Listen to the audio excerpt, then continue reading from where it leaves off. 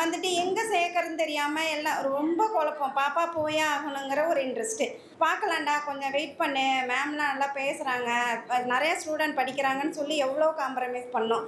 இல்லை முடியாதுன்ட்டு வந்துட்டாங்க. நெக்ஸ்ட் இயரே சொன்னேன், கெம் சொல்யூஷன் ஒன்று இருக்குடா, நல்லா பண்ணுறாங்களாட்டுக்கு போகலாம் வாடான்னு சொல்லி. இல்லை நான் அங்கே ரொம்ப லாங்கில் இருக்குது என்னால் முடியாது அப்படின்னாங்க.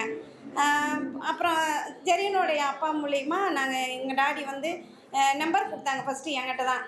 நான் கால் பண்ணப்போ சார் தான் எனக்கு சாதிக் சார் தான் அட்டன் பண்ணி நம்பிக்கை கொடுத்தாங்க. நீங்கள் கண்டிப்பாக வாங்க, பாப்பாவுடைய கனவு கண்டிப்பாக நிறைவேறதுக்கு நாங்கள் சப்போர்ட்டாக இருப்போம். எனக்கு அதுவே ஒரு ஃபுல் சப்போர்ட்டு, எனக்கு ஃபேமிலி சப்போர்ட் மாதிரி ஃபஸ்ட்டு கிடச்சிது. பாப்பாவை எங்கள் டாடி தான் கூட்டிகிட்டு வந்தாங்க. லேட்டு தான் பாப்பா வந்து இங்கே சேர்ந்தது லேட்டு. ஒரு 2 மந்த்து போயிடுச்சு. பாடம் ஃபுல்லாக எடுத்துட்டாங்க. அப்புறம் எப்படி பண்ணுறதுன்னு சொல்லி நானே ஃபீல் பண்ணிக்கிட்டு இருந்தேன். சாரெல்லாம் நாங்கள் பண்ண வச்சுருவோம் அப்படின்னாங்க. சார் எல்லாமே சப்போர்ட்டு.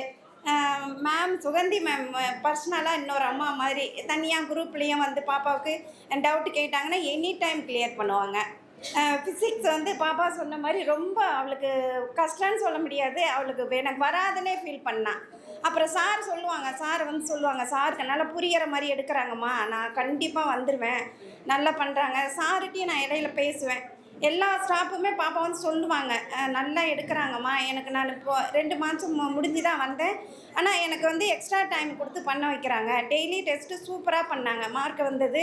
எங்களுக்கு நம்பிக்கை வந்துருச்சு, இப்படிலாம் பண்ணிடுவா அப்படின்னு. வீக்லி டெஸ்ட்டும் ஃபஸ்ட்டு நல்லாவே பண்ணாங்க. இடையில கொஞ்சம் ஹெல்த் ப்ராப்ளம் வந்து கொஞ்சம் பிரேக் ஆகிட்டாங்க.